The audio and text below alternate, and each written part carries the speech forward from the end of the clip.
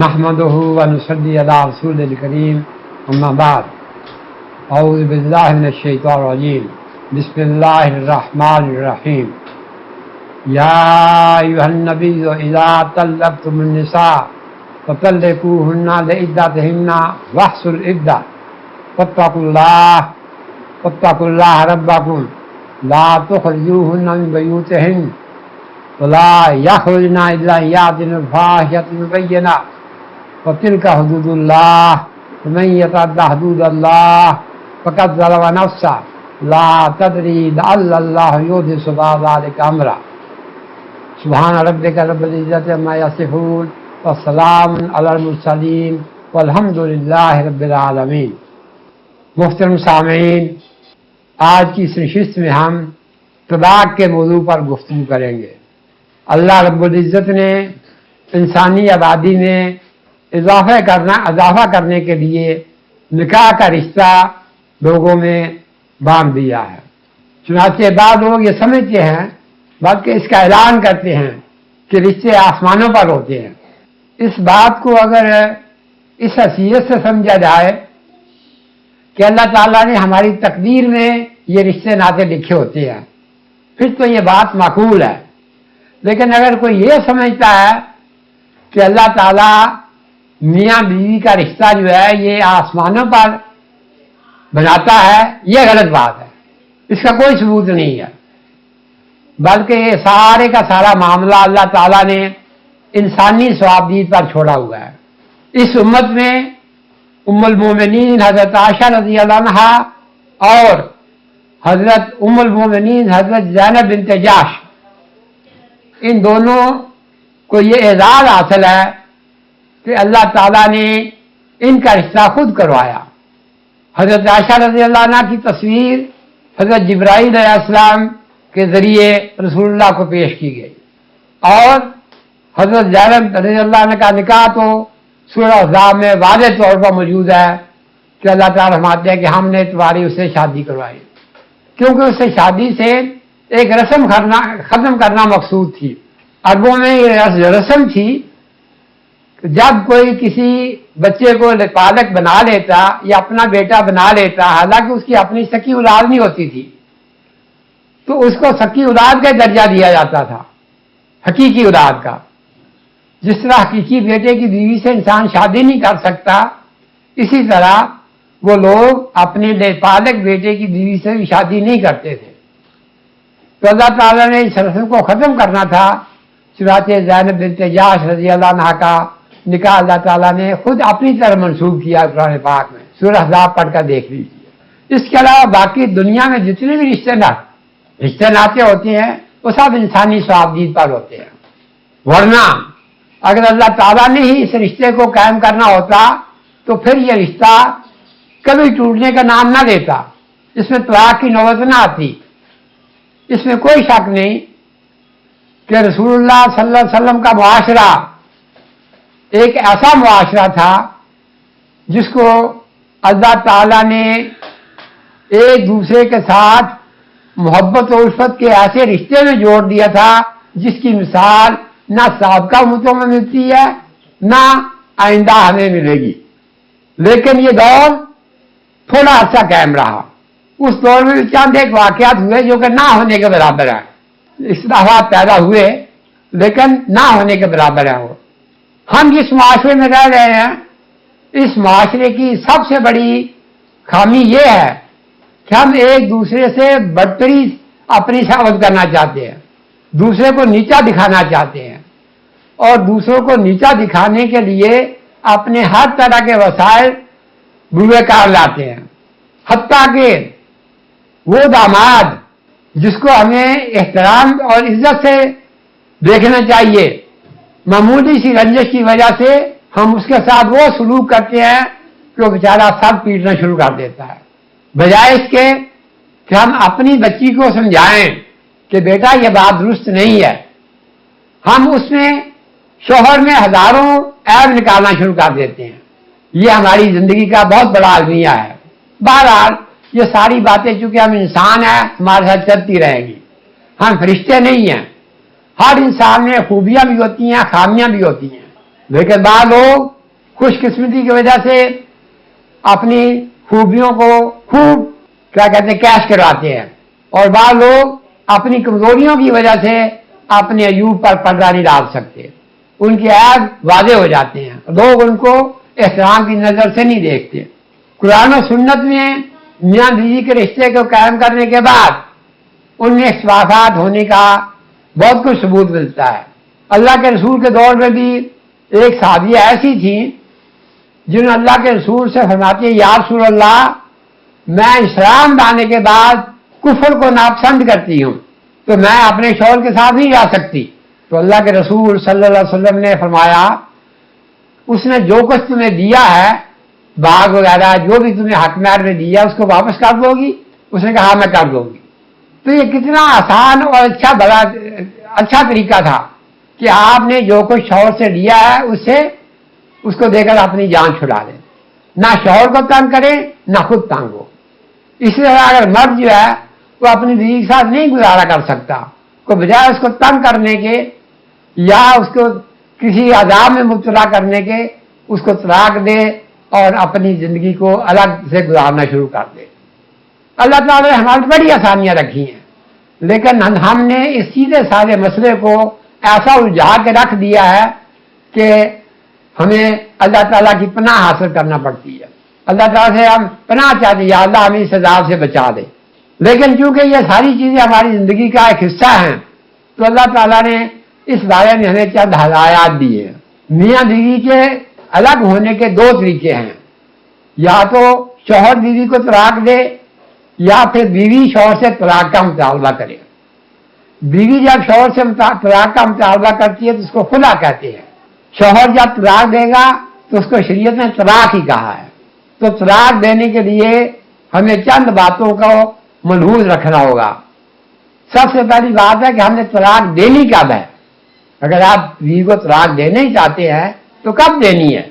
آپ نے بیوی کو طلاق ایسی حالت میں دینی ہے جب آپ نے اس کے ساتھ قربت نہ حاصل کی ہو اور اس کے ساتھ کوئی جسمانی تعلق نہ رکھا ہو اور عورت بھی پاکیزگی کی حالت میں ہو، آپ اس کو طلاق دے سکتے ہیں۔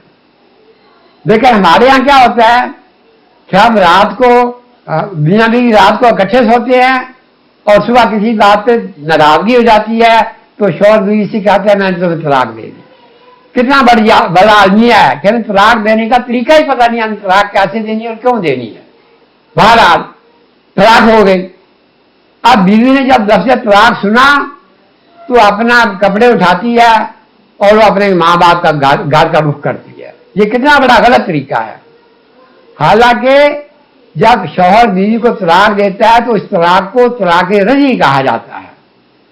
اس کی عدت کتنی ہے؟ 3 پوہر۔ بعض اہل علم کے نزدیک 3 ناپاکیاں ہیں۔ بہرحال یہ کوئی اتنا بڑا مسئلہ نہیں ہے، 6-7 دن کا فرق پڑے گا۔ تو ایسی صورت میں بیوی کو چاہیے کہ وہ اپنے شوہر کے پاس رہے اور اپنے کردار کا جائزہ لے۔ شوہر بھی اپنے کردار کا جائزہ لے گا کہ میں نے کہاں غلطی کی ہے، مجھ سے کیا غلطی ہوئی ہے، اور اگر دونوں اپنی اپنی غلطی پر ندامت محسوس کریں تو دونوں رجوع کر سکتے ہیں اس عدت کے دوران۔ لیکن اللہ نہ کرے کہ یہ عدت کا وقت گزر گیا، پھر ان دونوں کو یکدم ہوش آیا کہ اب تو میری بیوی مجھ سے جدا ہو گئی ہے۔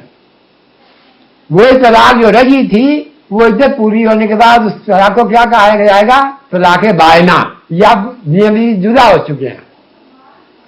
اس کے بعد شوہر کیا کرے گا؟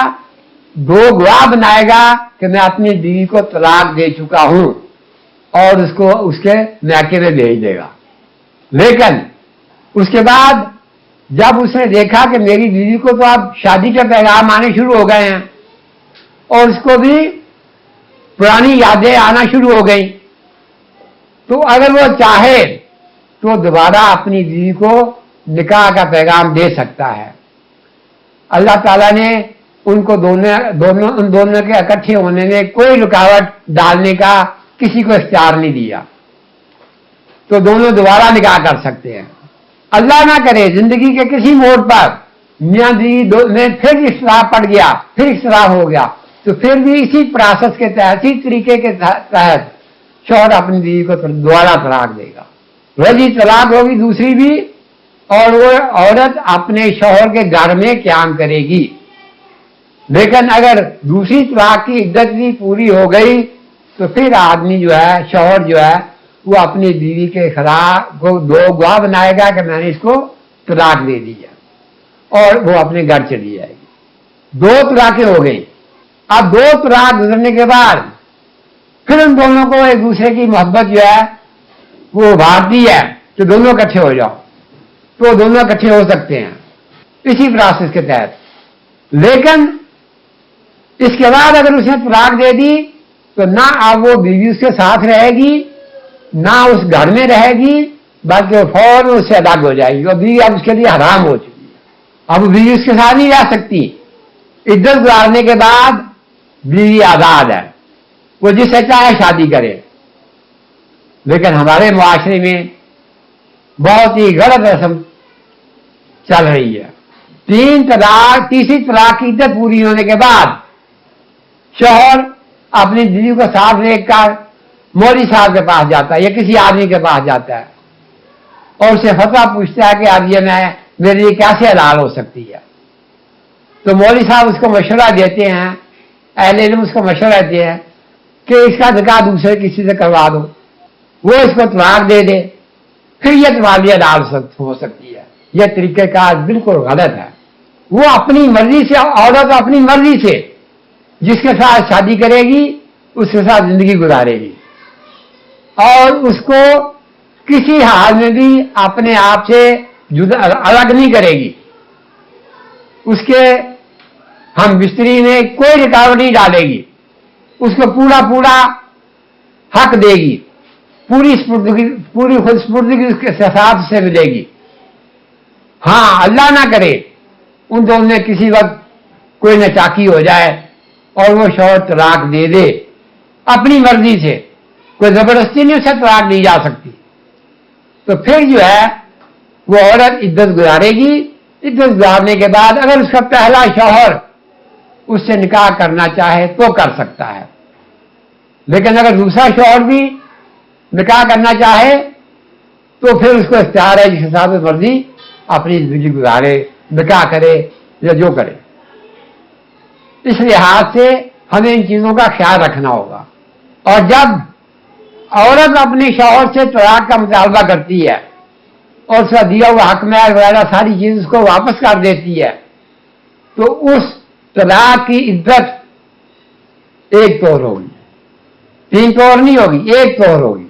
اس کے بعد وہ عورت آزاد ہے، وہ چاہے جس سے شادی کرے نہ کرے اس کی مرضی ہے، کوئی اس کو مجبور نہیں کر سکتا۔ تو یہ تو تھا وہ اسلامی طریقہ جس کو ہم مصنون طریقہ کہتے ہیں طلاق دینے کا۔ اللہ کے رسول کے دور میں عبداللہ بن عمر رضی اللہ عنہ اپنی بیوی کو ناپاکی کے دل میں طلاق دے دیتے ہیں۔ ان کے بعد عمر رضی اللہ عنہ کو جب اس بات کا علم ہوتا ہے تو رسول اللہ صلی اللہ علیہ وسلم کی خدمت میں حاضر ہو کر سارا ماجرا بیان کرتے ہیں۔ تو اللہ کے رسول صلی اللہ علیہ وسلم نے ساری بات سننے کے بعد فرمایا، لوگ ہو اس کو حکم دو فَلْيُرَاجِعْهَا کہ اسے رجوع کرے، ثم يُطَلِّقْهَا طَاهِرًا أَوْ حَامِلًا، پھر اس کو پاکیزگی کے دن میں طلاق دے یا پھر حمل کی صورت میں اس کو طلاق دے۔ یہ صحیح مسلم نے اس حدیث کو بیان کیا ہے، اس کے علاوہ سنن ترمذی نے اس حدیث کو بیان کیا ہے۔ اگر جبکہ اللہ کے کیا فرماتے ہیں فَلْيُرَاجِعْهَا وہ اسے رجوع کرے، ورنہ اللہ یہ بھی کہہ سکتے تھے کہ اس کو کہو کہ یہ طلاق نہیں ہوئی اور پاکیزگی کی حالت میں طلاق دے۔ یہ ہمارے لیے اللہ کے رسول کے فرمان جو ہیں انہی سے ہمیں روشنی حاصل کرنی چاہیے، اپنی مرضی نہیں کرنی چاہیے۔ تو اسی طرح ہمیں ان چیزوں سے، قرآن و سنت سے اپنی ان تمام اس قسم کی جو ضروریات ہیں ان کو پورا کرنے کی کوشش کرنی چاہیے، اور ان کی ہدایت کے بغیر اپنی مرضی نہیں کرنی چاہیے۔ وآخر دعوانا الحمدللہ رب العالمین.